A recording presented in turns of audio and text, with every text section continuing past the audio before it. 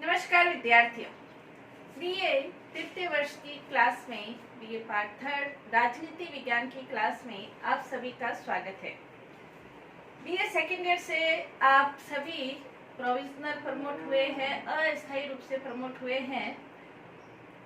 फिर भी आपको थर्ड ईयर की क्लास या बीए पार्ट थर्ड ईयर के जो सब्जेक्ट है उसके बारे में जानकारी होनी चाहिए और साथ ही आप अपनी जो बीए पार्ट थर्ड की सिलेबस है, जो पढ़ाई है, वो जारी रखें तो ज़्यादा अच्छा है।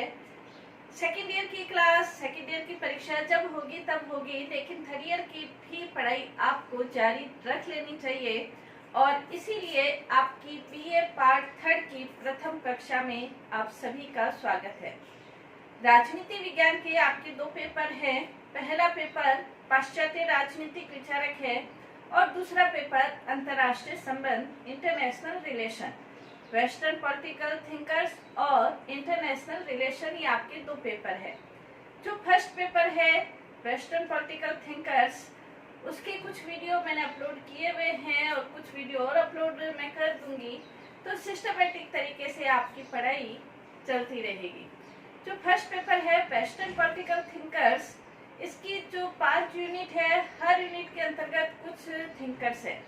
जैसे फर्स्ट यूनिट के अंतर्गत प्लेटो और अरस्तु है, सेकंड यूनिट में Augustine, Aquinas, Machiavelli, third unit में Hobbes, Locke, Rousseau, fourth unit में बेंथम और मिल, फिफ्थ यूनिट में हीगल, ग्रीन और कार्ल मार्क्स। ये आपके सिलेबस के अंतर्गत कुछ विचारक है। इन सभी विचारकों के बारे में हम अध्ययन करेंगे। आज प्रथम यूनिट का प्रथम जो विचारक है प्लेटो, उसके बारे में, उसके थोड़े से जीवन परिचय के बारे में यदि हम देखें तो प्लेटो पाश्चात्य राजनीति चिंतन का प्रथम विचारक माना जा सकता है। हालांकि प्लेटो का जो जन्म है वो 428 से 27 ईसा पूर्व के अंतर्गत एथेंस यानी कि यूनान के अंतर्गत हुआ था। प्लेटो एक सुसभ्य परिवार से संबंधित था। प्लेटो राजनीति या राज परिवार से संबंधित था और वो, जैसे उन्होंने अपनी आत्मकथा में भी लिखा है कि युवावस्था के अंतर्गत में राजनीति में सक्रिय रूप से भाग लेना चाहता था, लेकिन वक्त के कारण या विधि का विधान देखे तो मैं एक प्रमुख राजनीतिक दार्शनिक बन गया। तो प्लेटो ने अपने राजनीतिक दर्शन के अंतर्गत अनेक प्रकार के जो महत्वपूर्ण उक्तियां कह सकते हैं, विचार प्रकट किए। वो आज भी न सिर्फ यूनान के लिए, न सिर्फ पाश्चात्य जगत के लिए, बल्कि संपूर्ण मानव जाति के लिए उनके जो विचार है वो आज भी मानव कल्याण की दृष्टि से एक महत्वपूर्ण स्थान रखते हैं। जैसे उन्होंने ये कहा था कि जो राज्य है वो आत्मा का ही वृत्त रूप है, और जिस प्रकार से आत्मा के अंतर्गत सत्य, रज, तम तीनों तत्व होते हैं, वैसे राज्य के अंतर्गत भी 3 वर्ग हो सकते हैं। और जैसे सत्व तत्व की प्रधानता अन्य तत्वों पर रहती है, वैसे ही राज्य के अंतर्गत जो दार्शनिक शासक है, जो विवेक प्रधान है, उसकी प्रधानता अन्य तत्वों पर रहनी चाहिए। इसी प्रकार उसका एक और महत्वपूर्ण जो विचार है वो भी उस जमाने से लेकर आज के जमाने तक भी महत्वपूर्ण रूप से विचार माना जा सकता है।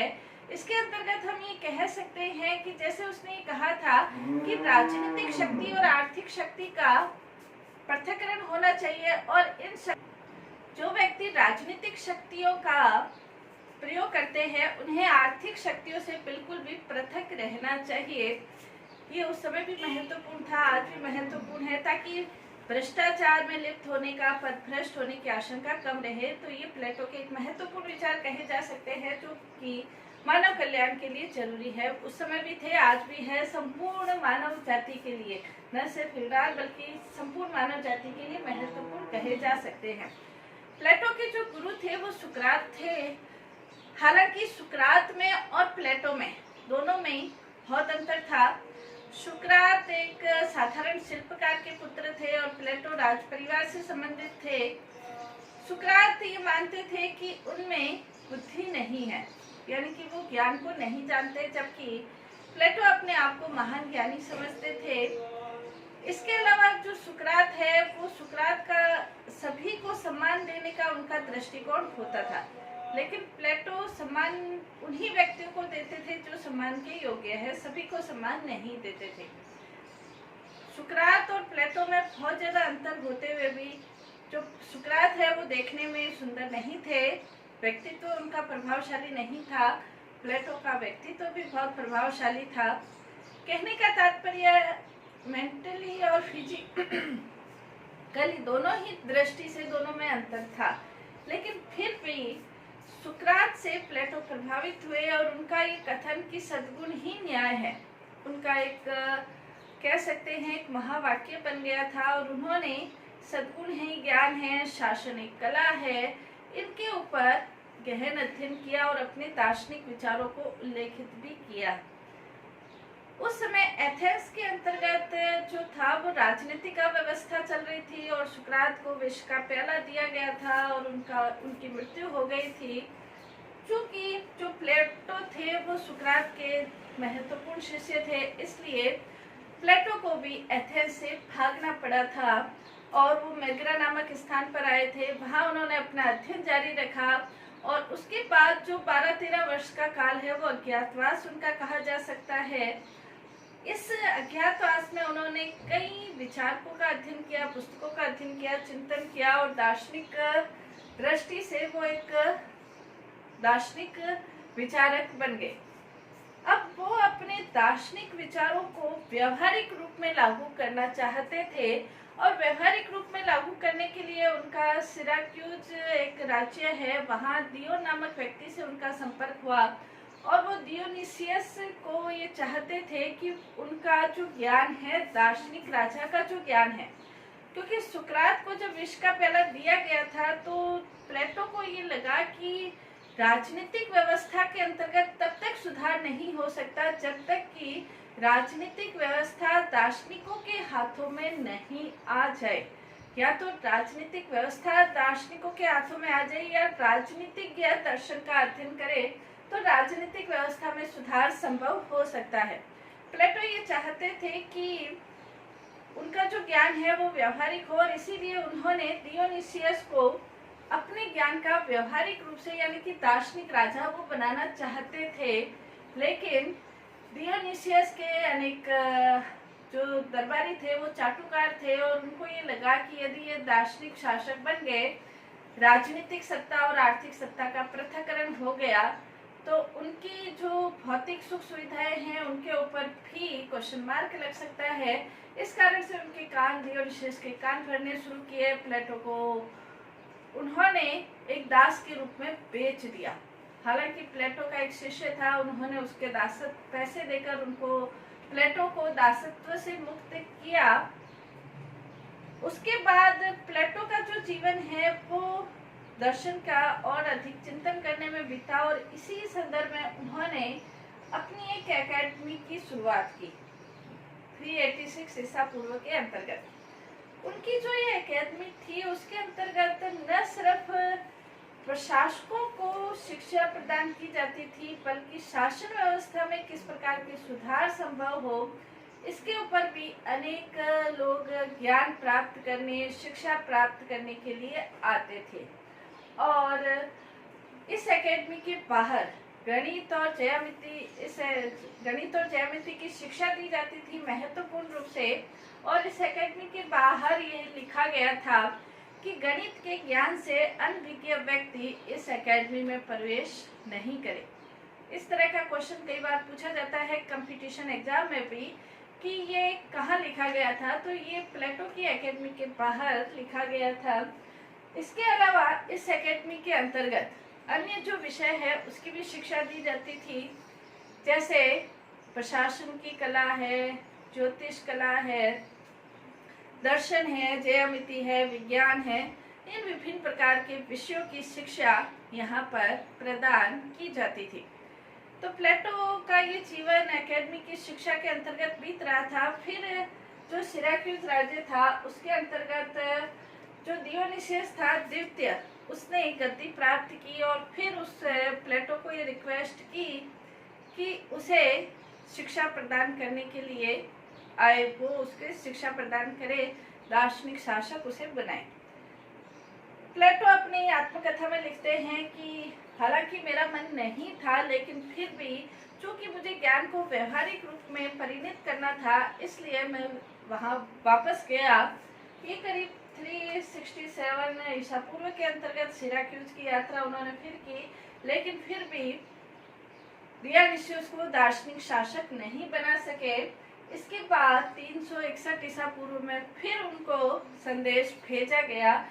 प्लेटो फिर गए और फिर उनके साथ अच्छा व्यवहार नहीं हुआ और वो वापस अपनी एकेडमी में आ गए और अपना जो लास्ट का जीवन था, उन्होंने लॉज जो उनकी रचना है उसको प्रकाशित करने में, लिखने में, लेखन कार्य में उन्होंने अपना ये जीवन लगाया।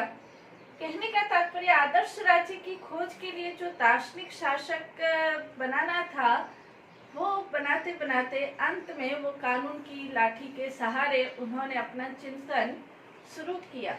उनकी कुछ अगर रचनाएं देखें तो उनकी रचनाएं Apology, Crito, Euthyphro, Meno, Protagoras, Phaedo, Republic, Sophist, statement, Laws. ये भी कई बार क्वेश्चन पूछा जा सकता है कि प्लेटो की 3 रचनाओं का उल्लेख कीजिए, प्लेटो की 4 रचनाओं का उल्लेख कीजिए। तो आप इनमें से किसी भी प्रकार की कोई भी उनकी जो कृति है, उन्होंने करीब 36 से 38, 36 से 38 रचनाएं उन्होंने लिखी है। इनको हम 4 भागों में बांट सकते हैं। प्लेटो की रचनाओं को हम 4 भागों में बांट सकते हैं। पहली वो जिनके ऊपर सुकरात का प्रभाव था, क्योंकि प्लेटो सुकरात के शिष्य थे। तो वो जो रचनाएं हैं ओपोलॉजी, क्रिप्टो, यूथिप्रो, मीनो, इनके ऊपर सुकरात का प्रभाव स्पष्ट रूप से देखा जा सकता है। दूसरी जो रचनाएं हैं जिन पर प्लेटो का खुद के दार्शनिक विचार है, तो ये प्रोटागोरस, फेडो, रिपब्लिक उनका महत्वपूर्ण ग्रंथ है और अपने जो राजनीतिक विचार है वो अधिकतर रिपब्लिक जो उनका ग्रंथ है उसी में से लिए गए हैं जो हम पढ़ेंगे। तो ये उनके खुद के विचार कहे जा सकते हैं, रिपब्लिक और सोफिस्ट। कुछ अन्य जो रचनाएं हैं वो समाज शैली में है और कुछ आंशिक समाज शैली में है, जैसे लॉज। हालांकि प्लेटो ने भी सुकरात का अनुसरण करते हुए समाज शैली में ही अपनी रचनाओं का उल्लेख किया है, लेकिन कुछ रचनाओं पर सुकरात का प्रभाव है, कुछ उनके खुद के मौलिक विचारों से संबंधित भी हम कह सकते हैं। प्लेटो की जो पद्धति हम देखें, ये भी क्वेश्चन पूछा जा सकता है कि प्लेटो की अपनी रचनाओं में कौन सी पद्धति का उल्लेख किया है। तो ये छोटे छोटे क्वेश्चन हम उनका जब जीवन परिचय देखते हैं तो कई छोटे छोटे जो प्रश्न हैं, आंसर है, वो हमारे क्लियर होते हैं। ये कई बार कंपटीशन एग्जाम में भी पूछा जाता है, जैसे स्टेटमेंट किसकी रचना है, लॉज किसकी रचना है, तो ये प्लेटो की रचनाएं हैं। महत्वपूर्ण उसकी जो रचना है वो रिपब्लिक है। उनकी जो पद्धति है, यानी कि लेखन कार्य की उनकी जो पद्धति है वो किस तरह की पद्धति है, तो उसके अंतर्गत हम कह सकते हैं उनकी पद्धति द्वंद्वात्मक, यानी कि वो एक क्वेश्चन क्रिएट करते हैं और दूसरों से उस क्वेश्चन का आंसर पूछते हैं कि इस क्वेश्चन का क्या आंसर होगा, और उस आंसर से फिर क्वेश्चन पूछते हैं। ऐसे द्वंद्व क्रिएट करते हैं, तर्क वितर्क, प्रश्नोत्तर के माध्यम से, संवाद के माध्यम से अपना लेखन कार्य करते हैं। द्वंद्वात्मक पद्धति, विश्लेषणात्मक पद्धति, जो उत्तर उन्हें मिला है उसका विश्लेषण करना। विश्लेषणात्मक पद्धति, सौदेश्यात्मक, उसका उद्देश्य क्या है, जैसे प्लेटो का आदर्श राज्य बनाना, दार्शनिक शासक की स्थापना करना, ये उद्देश्य है। उद्देश्यात्मक है। निगमनात्मक है। निगमनात्मक पद्धति सामान्य से विशिष्ट की ओर जाती है, यानी कि पहले सिद्धांत का निर्माण किया जाता है, फिर उसे मूर्त रूप प्रदान किया जाता है। निगमनात्मक, सादृश्यात्मक, ऐतिहासिक, इन सारी पद्धतियों का उल्लेख प्लेटो ने अपने ग्रंथों के अंतर्गत, अपनी अध्ययन पद्धति के अंतर्गत किया है। प्लेटो की जो रिपब्लिक है उसकी रचना का क्या उद्देश्य है, ये भी कई बार 2 नंबर का क्वेश्चन आ सकता है। तो रिपब्लिक की रचना का उद्देश्य, उस समय सोफिस्ट वर्ग की विचारधारा चल रही थी। सोफिस्ट अधिकतर व्यक्तिवादी थे और वो आत्मतुष्टि के लिए ही व्यक्तियों को प्रोत्साहित करते थे। प्लेटो ने इसका विरोध किया और ये कहा कि राज्य की तुलना में व्यक्ति को अपने सुख है, अपने जो स्वार्थ है, उसका त्याग कर देना चाहिए। तो आत्मतृप्ति के सिद्धांत को नकारना रिपब्लिक का उद्देश्य है। वो ये कहते हैं व्यक्ति राज्य के लिए है, राज्य व्यक्ति के लिए नहीं है। दूसरा, प्रजातंत्र के अंतर्गत उस समय प्रचलित लॉटरी सिस्टम था जिसमें अनेक प्रकार के स्वार्थ उत्पन्न होते थे। तो स्वार्थ के कारण वर्ग संघर्ष की जो उत्पत्ति है उसको खत्म करना, इसके अलावा कुशासन का अंत करके सुशासन, दार्शनिक शासकों का शासन स्थापित करना रिपब्लिक का उद्देश्य रहा है। तो ये प्लेटो का थोड़ा सा जीवन परिचय था। कल हम प्लेटो के नेक्स्ट विचार का अध्ययन करेंगे। धन्यवाद।